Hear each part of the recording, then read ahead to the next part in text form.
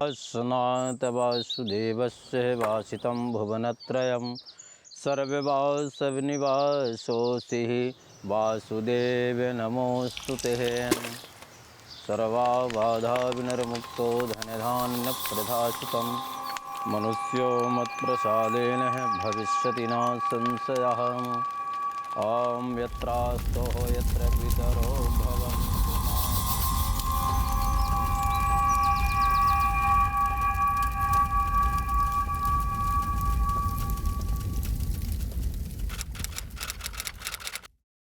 नमस्कार, आदाब। Crime petrol dial 100 में आप सबका स्वागत है।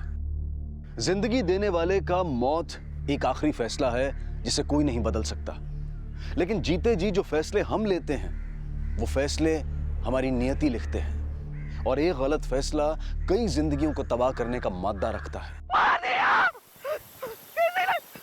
किसी ने मार दिया! बिट्टू का लाश पड़ा है! मार दिया!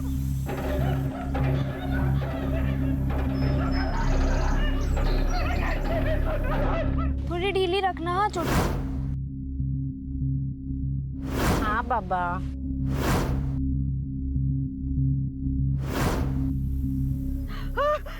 अरे बिट्टू को मार दिया! बिट्टू को मार दिया! बिट्टू को मार दिया! उनका लाश पड़ा है! उधर गेट पे! अरे मेरा लाश पड़ा है! अपने गेट में लाश पड़ा है! महेश भैया, महेश भैया, महेश भैया, कांति बाबू के खेत में विष्णु का डेड बॉडी पड़ा है।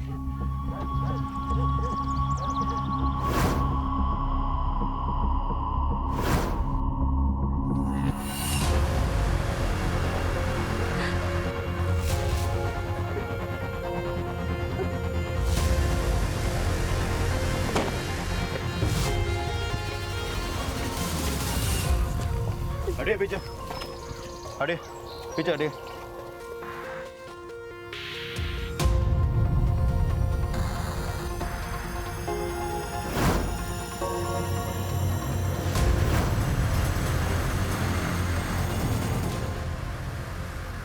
कौन है ये आदमी?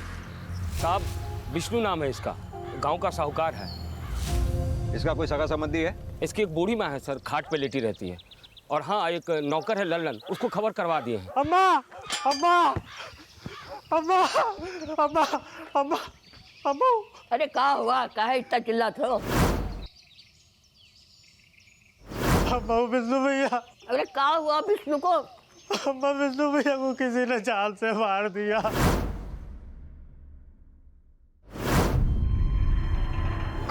अम्मा। हे भगवान! सिर्फ आपने ही डेड बॉडी को देखा था या फिर कोई और भी था आपके साथ? हाँ साहब, सिर्फ हम ही देखे। सिर्फ देखे तो ये आपके कपड़ों पे खून कैसे लगा? वो साहब, सुबह को हम यहाँ घास काटने आए थे, पैर से टकरा कर गिर पड़े उनका बाड़ी पर। संभालो, बैठाओ, उन्हें पानी वानी पिलाओ।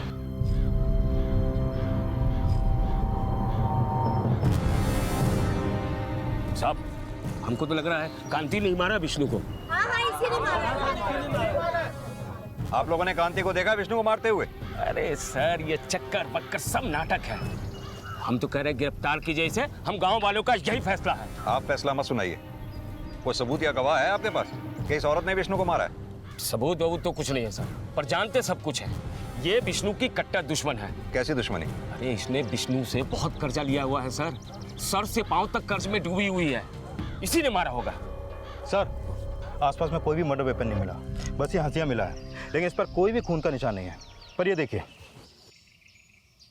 देख के लगता है कि किसी धारदार चीज से गोद गोद के मारा गया इसको। सब बोल रहे हैं कि इस आदमी को उस औरत ने मारा जिसकी ये जमीन है। साहब, हमको तो लग रहा है कांति नहीं मारा विष्णु को। लेकिन इतने हट्टे कट्टे आदमी को वो अकेली औरत कैसे मार सकती है? अम्मा, पानी पियो अम्मा। ये लो। एक काम करो, विष्णु की माँ से बात करो और बॉडी को पोस्टमार्टम के लिए भेजो। करमजली खा गई हमने चिराग को।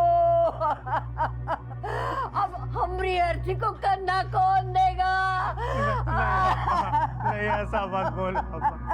अगर आपको कुछ हो गया तो हमारा क्या होगा? साहब कह रहे हैं। साहब सुनिए, साहब कुछ नहीं किया, अम्मा ने कुछ नहीं किया। साहब हमारे कुछ नहीं किया।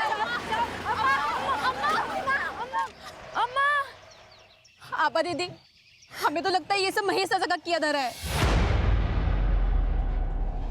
हाँ, हमको भी यही लगता है। बेबी बेबी कहाँ जा रही है? बहुत ही चालाक है वो कांति। जब से उसका मरण गायब हुआ ना, हमारे विष्णु को ही लट्टू बना लिया और शादी भी नहीं की। क्या विष्णु कांति से शादी करना चाहता था? कांति ही शादी का लड्डू दिखा दिखा के उसको चूना लगा रही थी। विष्णु सबको ब्याज पे पैसा देता था, उसको वैसे ही दे दिया। अब विष्णु को उसका मायाजाल समझ में आने लगा तो उसको मार दिया।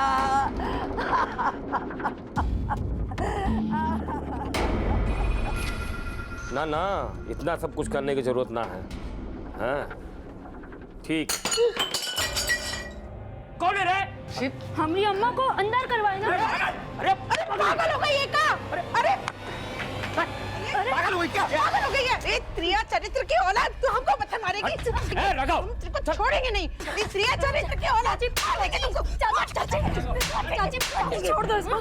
खबरदार जो हमें चाची कहा है तो छोड़ो हमें, छोड़ो बेबी सुन, अभी हमको अम्मा के पास होना चाहिए। चलो यहाँ से। अरे छोड़ो दीदी, हम लोग इसका जान ले लेंगे। हम मार डालेगी तू?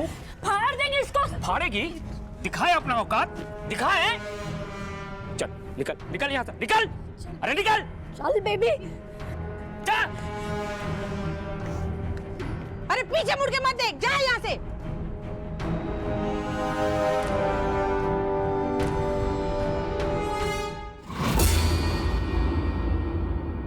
साहब, हमारा देवर महेश हमें फंसा रहा है।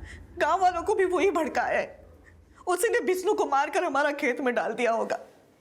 लेकिन खून तो आपके कपड़ों पे लगा था। साहब हम बोले ना, हम टकरा के उसका बॉडी पे गिर गए थे, इसलिए। अगर आपने विष्णु को नहीं मारा तो फिर महेश विष्णु को क्यों मारेगा?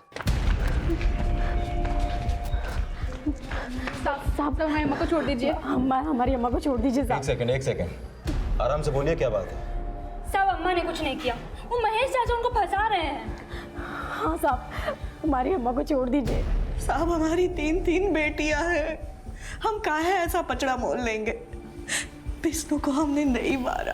लेकिन विष्णु की माँ ने तो आप पे ही शक जताया। आप विष्णु को शादी का झांसा दे देकर उससे पैसे हट रही थी। वो उसका गंदा नियत को शादी का नाम दे रही है। हम मानते हैं कि हमने विष्णु से कर्जा लिया था, पर बदले में वो चाहता था जो उस जैसा हर मर्द चाहता है। कहीं ऐसा तो नहीं विष्णु ने आपकी इज्जत पे हाथ डाला हो, इसलिए आपने गुस्से में आकर विष्णु का कत्ल कर दिया हो? देखिए जो भी है साफ साफ बताइए, हम रियायत बरतेंगे। ऐसा होता तो हम चुप नहीं रहते सर। ये विष्णु के ना महेश के अलावा और कई दुश्मन है गांव में। ये हमें फंसाने की साजिश है। साहब गांव में हमारा कोई नहीं, अगर हम अम्मा के बगैर गए तो पता नहीं कितने लोग हमें बेच खाएंगे। तो हमारी अम्मा को छोड़ दीजिए साहब। ठीक है, फिलहाल आप जा सकती हैं, लेकिन हम जब तक ना कहें गांव छोड़कर जाइएगा नहीं। जी सर।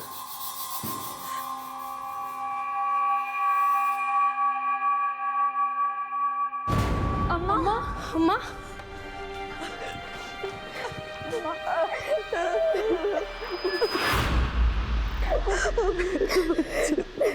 कैसे हो अम्मा? ठीक हो बेटे, चलो घर चलिए।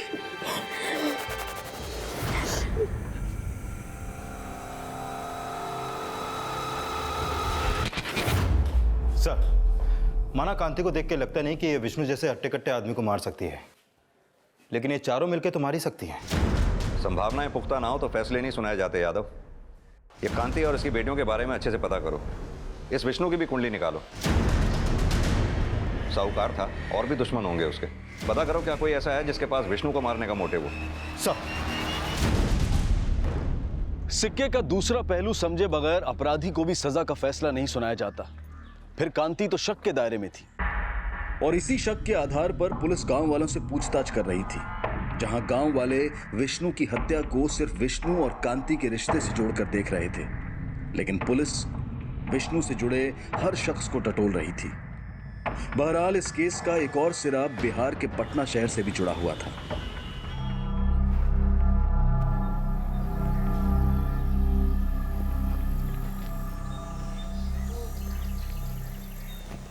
भाई एक चाय देना।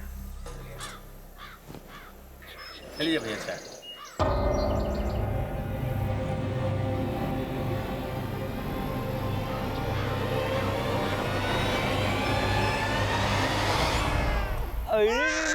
अरे कौन है भाई? अरे नहीं पहचाने का? अरे हम आपके बगल वाले गांव से हैं। अरे शादी में आपके साथ फोटो भी खिंचवाए थे। नहीं पहचान रहे हैं? आप वकील बाबू ही हैं ना? हमें लेट हो रहा है, हम चलते हैं।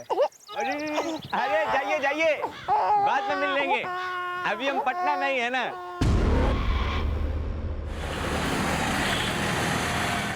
चलिए भैया चाय।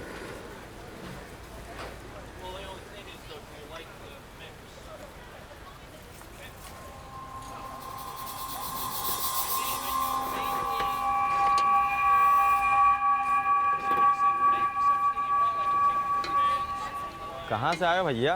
यहाँ के तो लगते नहीं हो। अबे जब यहाँ के हैं ही नहीं तो लगेंगे कहाँ से? कंपटीशन का तैयारी करने आए हो? भैया हम तो इस कंपटीशन में लगे हैं कि हमारी शादी हो जाए। शादी का? तुम नहीं समझ पाओगे।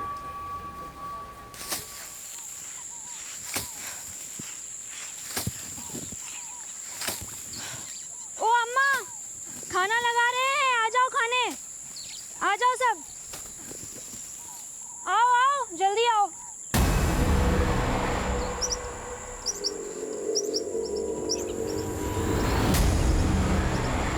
दुरट, मोहिनी जाल बिछा के हमरे बेटे की जान निकाल ली। तुम्हारे बेटे को अम्मा नहीं मारी दादी। चुप, खबरदार जो हमसे रिश्ता जोड़ने की कोशिश करी तो।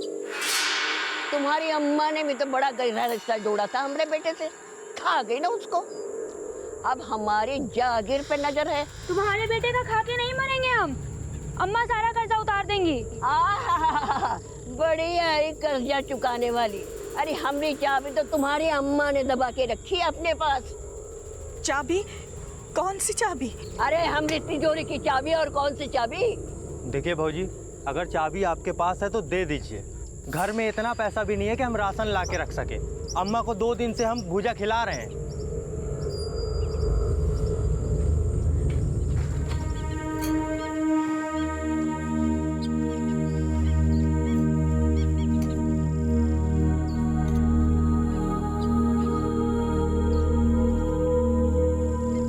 अम्मा, हमारे पास कोई चाबी नहीं है, ना ही विष्णु को हम मारे हैं। विष्णु को महेश ने मारा।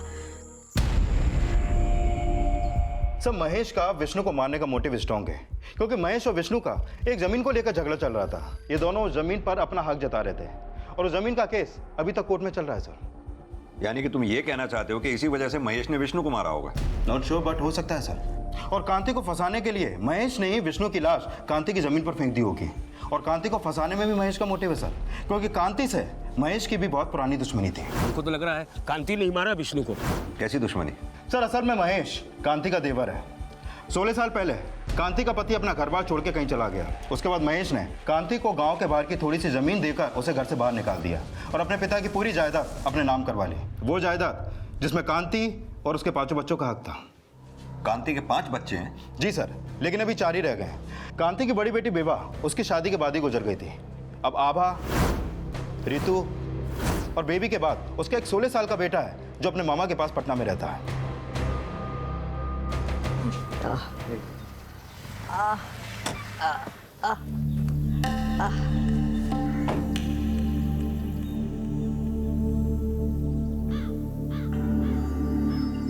प्रणाम चाची। ये क्या सुन रहे हैं कि कांति विष्णु की तिजोरी का चाबी दबा के बैठी है? तो हमको लगा आपको कुछ पैसे वैसे की जरूरत होगी, थोड़ा सा पैसा लेके आए थे। ये लीजिए।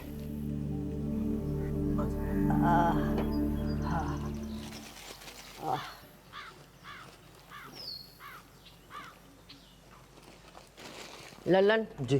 पैसे अंदर रख दे। चाची कुछ काम था आपसे। एक कागज पे दस्तखत चाहिए था। अब तो विष्णु है नहीं, तो आप ही अंगूठा लगा दीजिए। यहाँ अंगूठा लगा दो। चल अरे अरे हम अंगूठा छाप जरूर है, लेकिन हमारा बुद्धि अभी भी बहुत तेज है। लल्लन बाहर निकाल इनको। अरे चलिए आप लोग बाहर चलिए, चलिए आइए। अरे खबर साला तो कौड़ी का नौकर बॉडी टच कर रहा है। साला जमीन में गाड़ देंगे छाती तक, जुतियाएंगे 10 और गिनेंगे 1। अरे छोड़ उसको। ए चाची, जमीन तो हम लेके रहेंगे, तुम अंगूठा लगाओ या नहीं लगाओ। बाप का राज है का? चले। साहब जल्दी चलिए। वो महेश घर में आया था और अम्मा से जमीन के कागज में जबरदस्ती अंगूठा लगवा रहा था और हमको ही मारा है साहब। अरे 1 मिनट बताइएगा कि हमारा कसूर का है। अरे क्या कर रहे हैं? इन्होंने कुछ नहीं किया है। अरे छोड़िए उन्हें। कुछ तो बताइए, समझ में नहीं आ रहा आप लोग ले कहाँ जा रहे हैं। अम्मा अम्मा अम्मा अम्मा वो तिजोरी के चाबी मिल गया। पुलिस वाले बताए हमको विष्णु भैया के जनेऊ में बंधा हुआ था चाबी, और वो हमको दे दिए। अच्छा, ये लो आप रख लो। चाबी तो लेके आया, पर उस महेश का क्या किया? बोला कुछ? अरे हम सब बताए पुलिस वालों को। अब पुलिस वाले तो महेश को उठा के भी ले गए। साहब हमको काहे पकड़ के लाए हैं? वो तो विष्णु था जो जबरन हमारी जमीन पे कब्जा किया था। कब्जा तो उसने किया था साहब, और जबरन हमसे अंगूठा लगवाने आया था। हाँ। भले ही विष्णु हमारा दुश्मन था, लेकिन वो तो कांति का भी दुश्मन था।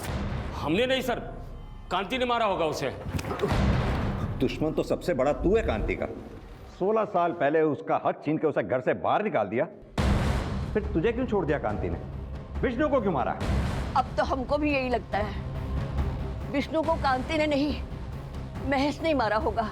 हमने नहीं मारा विष्णु को, कांति ने मारा होगा।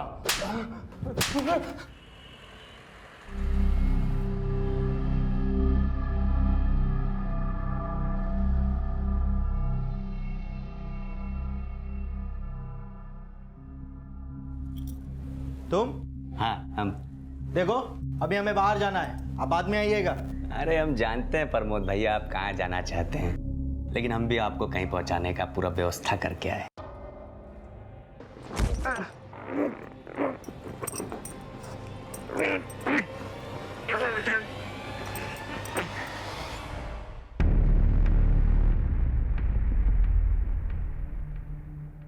कांति, कांति बाहर निकल।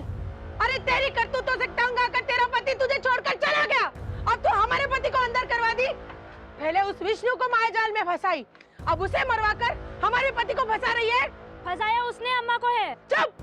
तेरी अम्मा ने तुझे नहीं सिखाया कि जब दो बड़े बात करते हैं तो बीच में लबर लबर नहीं करते?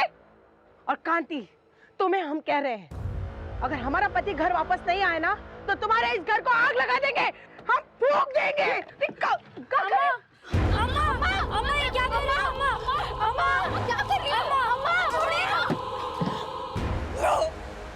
जला लो हमें, तभी आप सबको चैन मिलेगा। वैसे भी हम और हमारे बच्चे को कौन सा सुख मिला है जिंदगी का? जला दो ना। ताकतवर के साथ आवाज ऊंची करने वाले अक्सर कमजोर की आह को भी दबा देते हैं, और विष्णु की हत्या के केस में महेश का शक के दायरे में आना भी कांति के लिए राहत नहीं बन पाया, क्योंकि सबूतों के अभाव में महेश को छोड़ दिया गया।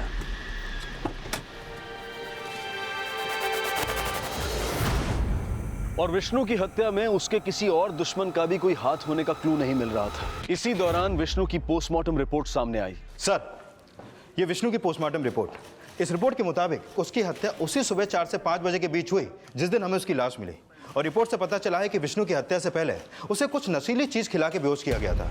उसके इंटेस्टाइन में खाने के ट्रेसेस मिले हैं जिसमें नशीली दवा मिलाई हुई थी। अगर विष्णु को बेहोश करके मारा गया है तो पॉसिबिलिटी है कि कांति ने ही विष्णु को मारा हो। लेकिन सर अभी तक ऐसा कोई विटनेस नहीं मिला जिसने उन्हें साथ में देखा हो। अगर महेश और कांति नहीं तो फिर और कौन ऐसा हो सकता है जिसके पास विष्णु को मारने का मोटिव हो? 4 दिन के लिए अंदर का रहे, तुम अचरा हटा के घर के बाहर निकल कर नौटंकी कर रही हो। क्या लगा हमको पता नहीं है? पर हम तो चुप! तुम क्या सोच रही हो? ये तुम्हारे ड्रामा की वजह से पुलिस हमको छोड़ी है? हाँ? यहाँ कोई भी नहीं है जो हमारा बाल भी बांका कर सके।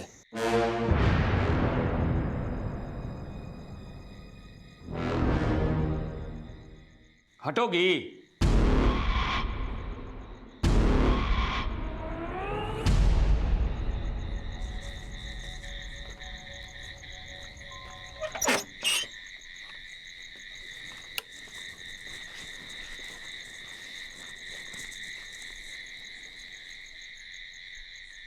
अरे कोई है रे? अरे पानी उनी पटाया कि नहीं? रघु, सब साला कामचोर हो गया। एक तो घर में भी कचकच और यहां भी। कल ना सबको टाइट करते हैं। ये लोग बड़ा हो गया मनमौजी।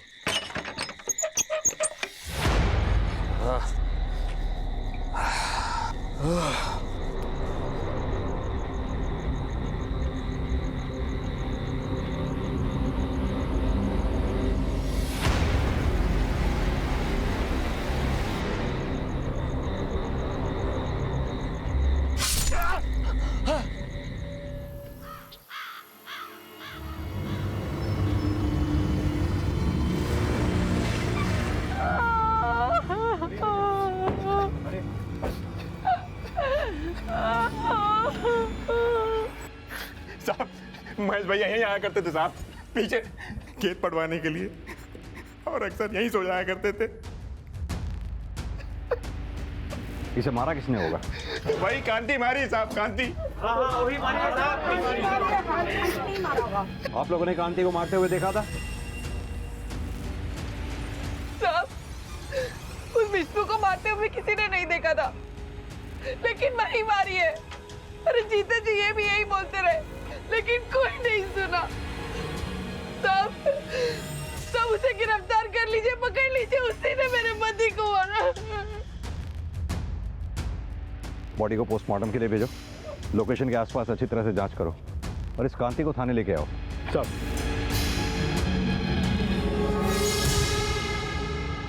साहब, आप हम पर गलत शक कर रहे हैं।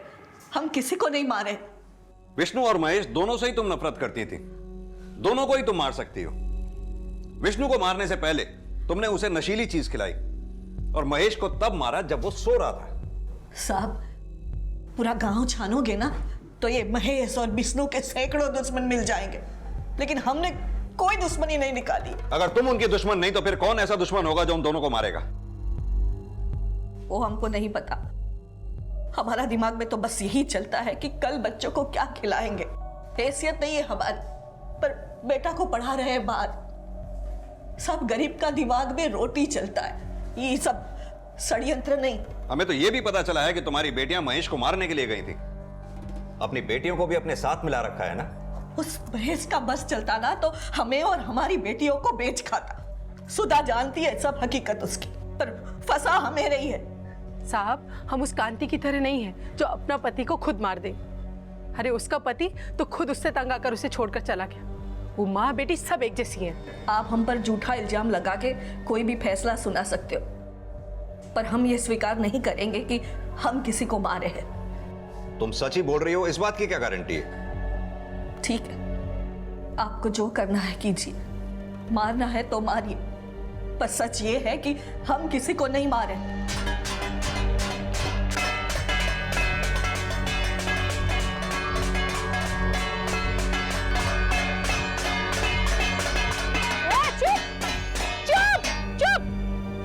ये तमाशा बंद करो। यहाँ पे हंगामा मत करना। उठो और चलो जाओ यहाँ से। चलो। गरीबों पे जुल्म पर रोक नहीं तो हमारे हंगामे पर भी रोक नहीं लगेगा।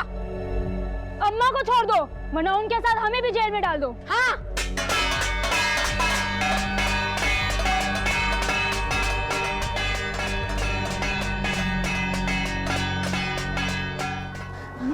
अम्मा, अम्मा। महेश की हत्या का शक कांति के खिलाफ सबूत नहीं जुटा पाया और एक बार फिर से उसे छोड़ दिया गया। सर, मैंने सुधा से अच्छी तरीके से पूछताछ की। लगता नहीं है कि उसने अपने पति महेश को मारा होगा, और कांति ने महेश को मारा होगा यह भी साफ नहीं है। लेकिन कांति के कपड़ों पर विष्णु का खून लगा हुआ था और विष्णु की हत्या से पहले उसे कोई नशीली चीज भी खिलाई गई थी। अगर कांति ने विष्णु को मारा है तो हो सकता है महेश को भी कांति नहीं मारा हो। सर ऐसा भी तो हो सकता है कि इन दोनों मर्डर में किसी तीसरे का हाथ हो।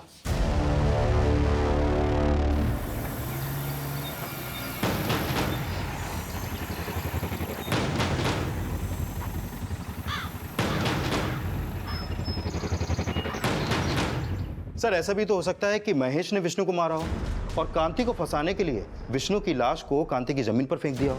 और सर दूसरी तरफ यह भी हो सकता है कि निमकी देवी ने अपने बेटे की हत्या का बदला लेने के लिए महेश को मरवा दिया हो। यानी कि तुम ये कहना चाहते हो कि निमकी देवी ने महेश को ललन से मरवाया होगा? पॉसिबल है सर, क्योंकि ललन के अलावा निमकी देवी का अपना और कोई नहीं है।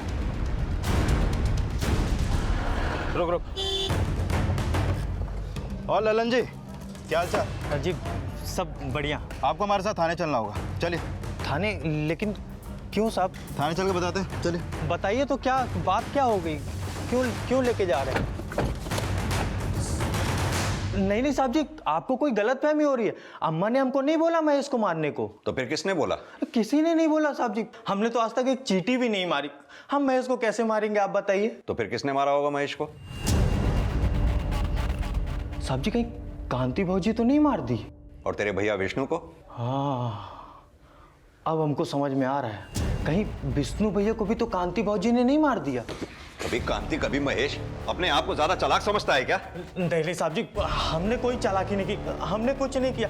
आप अगर कहेंगे तो हम जिंदगी में कभी कांति भौजी का नाम नहीं लेंगे। बस हमको छोड़ दो साहब जी।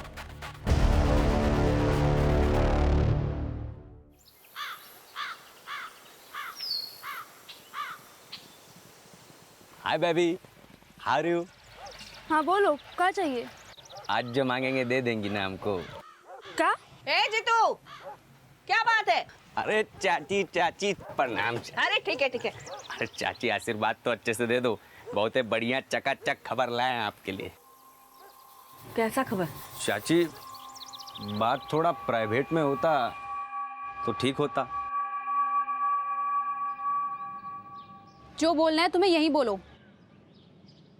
ऐसा है तो ठीक है चाची, आपका सब दुश्मन खत्म।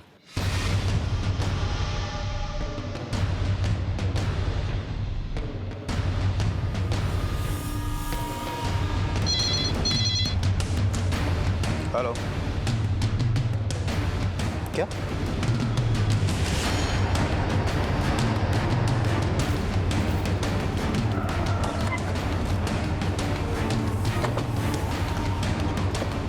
हटिए सामने से, पीछे हटिए।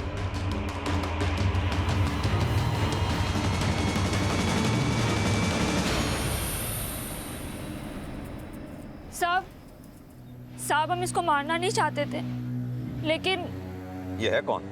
जीतू है साहब, इसी गांव में रहता है। बहुत टाइम से हमारी बेबी के पीछे पड़ा हुआ था। आज जबरदस्ती हमारे घर में घुस गया और इसके साथ जबरदस्ती करने की कोशिश कर रहा था। साहब ये मर्डर सेल्फ डिफेंस में हुआ है, हम खुद विटनेस किए थे। लेकिन इसे मारा किसने? हाँ हम सब ने। नहीं, सिर्फ हम मारे इसको।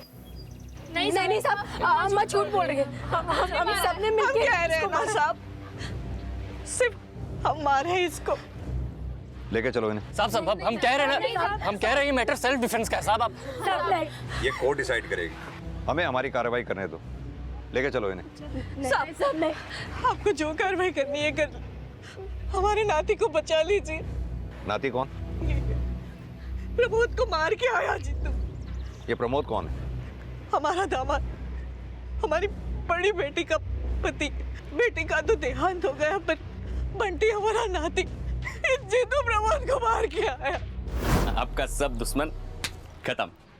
क्या ये कहना क्या चाह रहे हो? अरे चाची देखिए, हम प्रूफ भी लाए। क्या है? देखे तो क्या लाया तू? ये रहा प्रूफ। मर गया आपका दुश्मन। देखो कांति चाची, आपका दुश्मन मर गया। अरे आंख बंद करा भैया, आंख। अरे देखो देखो देखो, बाप मर गया, बेटा सो रहा है। अरे उठ जाओ बेटा, पापा मर गया। सांस बंद। देखो चाची, अब हमको हमारी बहादुरी का इनाम दे दो, बेबी से हमारा शादी करवा दो। नीच, कौन बोला तुमको ये प्रमोद को मारने के लिए? कौन बोला? बंटी, बंटी कहाँ है? उसको कुछ नहीं किए। कहाँ है वो उसको वहाँ उसका पापा का लाश के पास लाश में ही छोड़ के आ गए। वो भी मरेगा सड़ सड़ के, कुत्ते की मौत, कुत्ता साला मर गया। नीच, उस मासूम बच्चे को लाश के पास छोड़ के आया। हाँ हाँ, कमीने। ये चाची, इज्जत का फालूदा मत करो, इज्जत दे रहे हैं तो। अरे हम तुम्हारे लिए मर्डर किए, अपने ऊपर 302 लिए और तुम हमें को धो रही हो। हम जा रहे हैं अपनी बेबी को लेके। ए बेबी चलो, चलिए बेबी।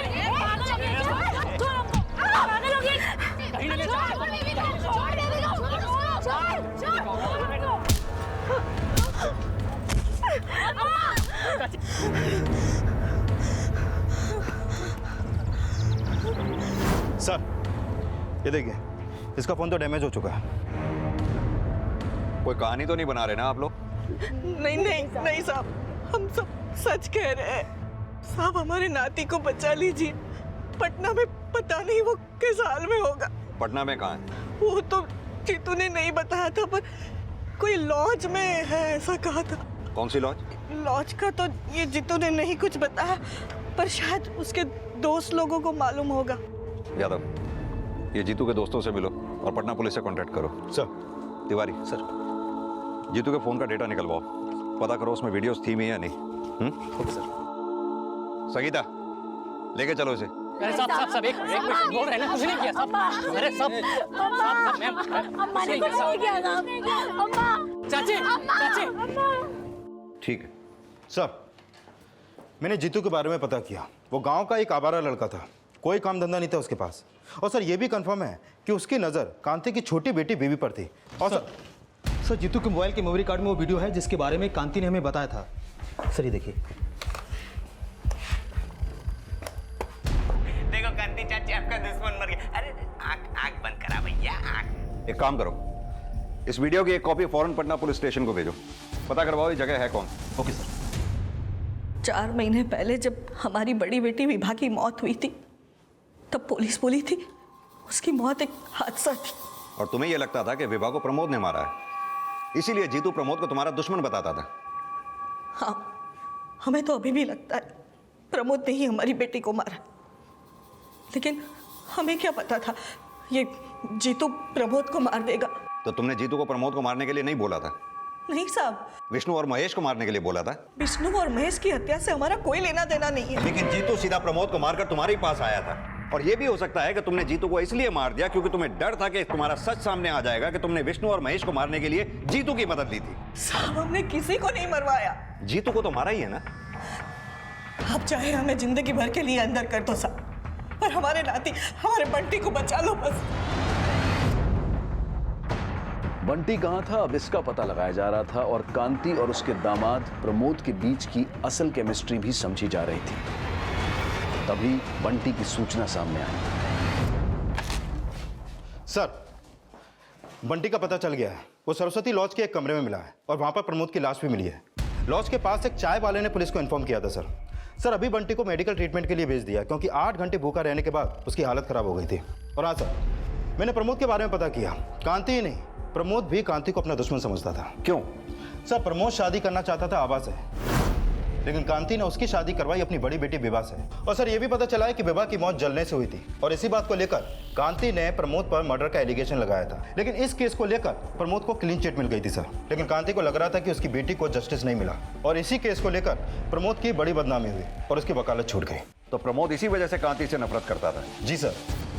तो सर हो सकता है कि कांति से बदला लेने के लिए प्रमोद ने ही विष्णु को मारा हो और फिर उसकी लाश को उसने ही कांति की जमीन पर फेंका हो। पता करो विष्णु की हत्या के समय ये प्रमोद था कहां पर।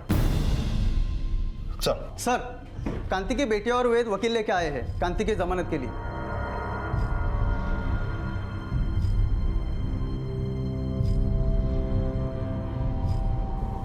चाची चलिए, गाड़ी खड़ी बाहर आई। ये लड़का वेद हमेशा इनके साथ रहता है, लेकिन इनका बेटा ऋषि वो कभी नहीं दिखा। तुमने बताया था कि ऋषि पटना में अपने मामा के साथ रहता है। जी सर। सर एक मिनट, प्रमोद का मर्डर पटना में हुआ और कांति का बेटा ऋषि भी पटना में ही रहता है। तुम्हारे कहने का मतलब है कि प्रमोद के मर्डर में ऋषि का हाथ हो सकता है? Yes sir. तो फिर तो विष्णु और महेश के मर्डर में भी ऋषि का कोई ना कोई कनेक्शन हो सकता है। बुलाओ इस ऋषि को, इसी से पूछताछ करते हैं। सर।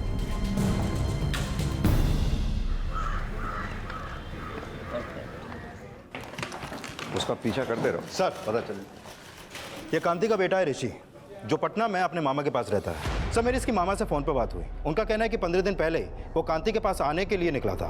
ये कांति के भाई का नाम क्या है? बुलन। सर बुलन से ऋषि का नंबर भी मिला, लेकिन अभी इसका नंबर बंद है।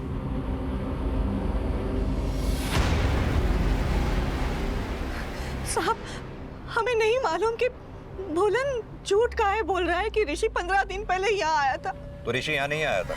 नहीं साहब, हमें तो लगा कि वो उसके मामा के यहाँ पटना में ही होगा। तो आपकी 15 दिन से ऋषि से कोई बात ही नहीं हुई है? नहीं साहब। कुछ छिपा तो नहीं रही ना? हम काहे कुछ छिपाएंगे साहब? साहब उल्टा हमें ऋषि की फिक्र हो रही। हमारा इकलौता बेटा है साहब, उसे ढूंढिए। हमें नहीं मालूम बुलन झूठ क्यों बोल रहा है। हम झूठ नहीं बोल रहे हैं साहब। ऋषि 15 दिन पहले ही कांति के पास जाने की बातें बोलकर घर से निकला था, और हमने कांति को फोन भी किया था कि ऋषि गांव जा रहा है। हम झूठ नहीं बोल रहे हैं साहब। बुलन ने फोन किया था, पर उसने ये नहीं बताया था कि ऋषि गांव आ रहा है।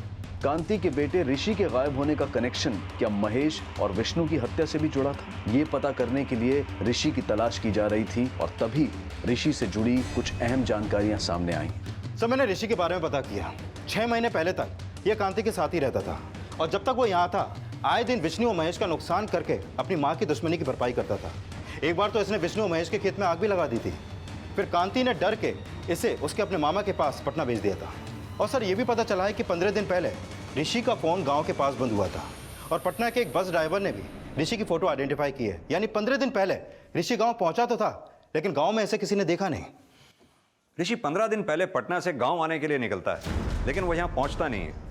उसके ठीक 2 दिन बाद विष्णु का मर्डर हो जाता है, और विष्णु के मर्डर के ठीक 1 हफ्ते बाद महेश का मर्डर हो जाता है। याद अब होना हो इन मर्डर से ऋषि के गायब होने का कोई ना कोई कनेक्शन जरूर है। सर कहीं ऐसा तो नहीं कि इन दोनों मर्डर में ऋषि का हाथ हो और अब कांति से बचा रही है?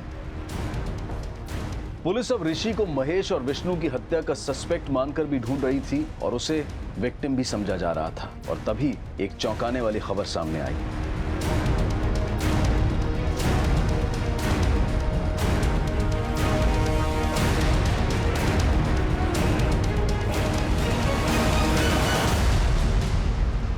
रितु का सुबह से पता नहीं चल रहा था।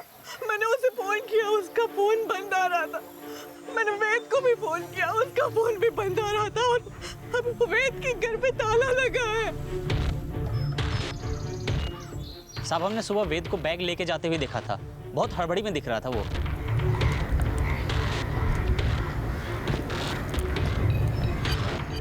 सर वेद के गायब होने का चक्कर रितु के मर्डर से ही है। इन सारे कांड के पीछे भी वेद का ही हाथ है। अगर वेद ने ये सारे कांड किए हैं तो फिर ऋषि के गायब होने का इससे क्या कनेक्शन है? और वेद ऋतु को क्यों मारेगा? सर हमने ऋतु और वेद को कॉल रिकॉर्ड चेक किया। उन दोनों के बीच कल सुबह फोन पर बात हुई थी, लेकिन उसके 1 घंटे बाद से ही दोनों का फोन स्विच ऑफ है। हो सकता है वो दोनों भागने वाले हों और कांति ने उन्हें देख लिया हो।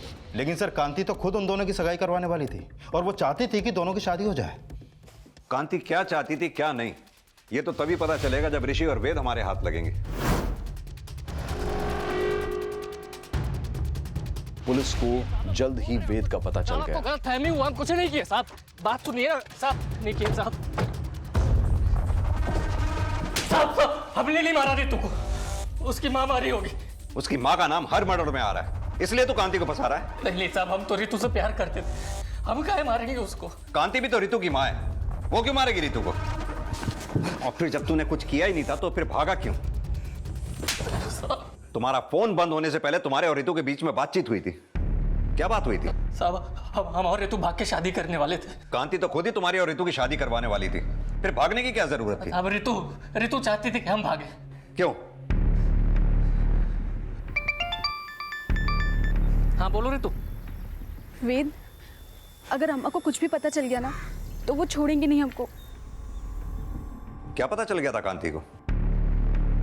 सर पता चला है कि जिस दिन ऋषि पटना से गांव आया था, उस रात गांव के बाहर नदी के किनारे एक लाश जलाई गई थी। वासुदेवस्य वासुतं भुवनत्रयं वासुदेव नमोस्तुते। लाश थी किसकी और जलाने वाला कौन था? उस दिन हम खेत में थे, तब हमारे भाई भुलन ने फोन पे बताया ऋषि गांव आ रहा है। उस दिन में बहुत देर तक वो नहीं आया तो हम उसे ढूंढने बस स्टॉप की तरफ गए, लेकिन रास्ते में ही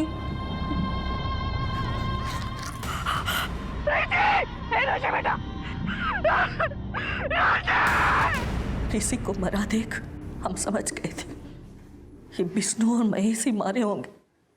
हम सोचे कि अगर हम आपके पास आए तो भी वो खुद को छुड़ा लेंगे, इसलिए हम हमारे पहचान के पंडित से मिलके ऋषि का अंतिम संस्कार करती।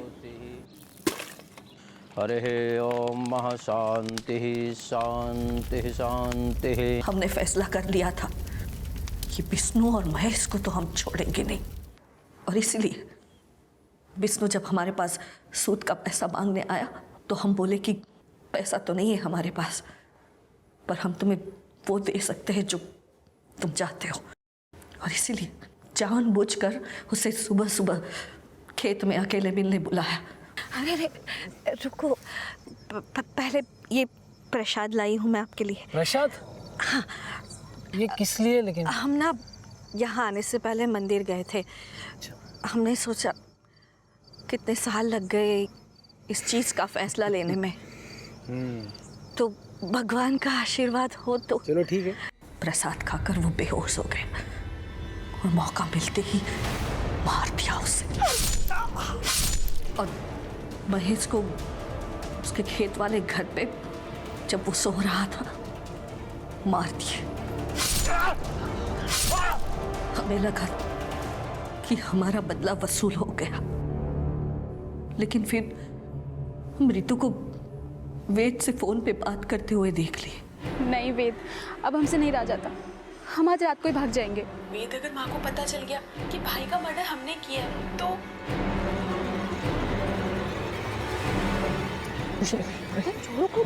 कोई नहीं देखे। रितो, ये क्या हो रहा है? रुको, हम माँ को जाके सब कुछ अभी बता रहे हैं कि ये क्या हो रहा है। रुक रुक रुक, चाची को कुछ नहीं बताओगे। छोड़ो बे, छोड़ो बे, नहीं छोड़ेंगे। ऐसे कैसे बताएगा तू? माँ को जाके। ऋषि,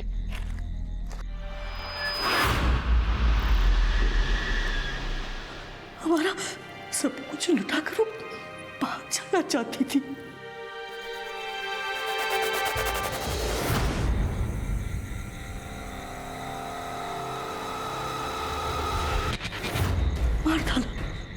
मार डाला उसे भी।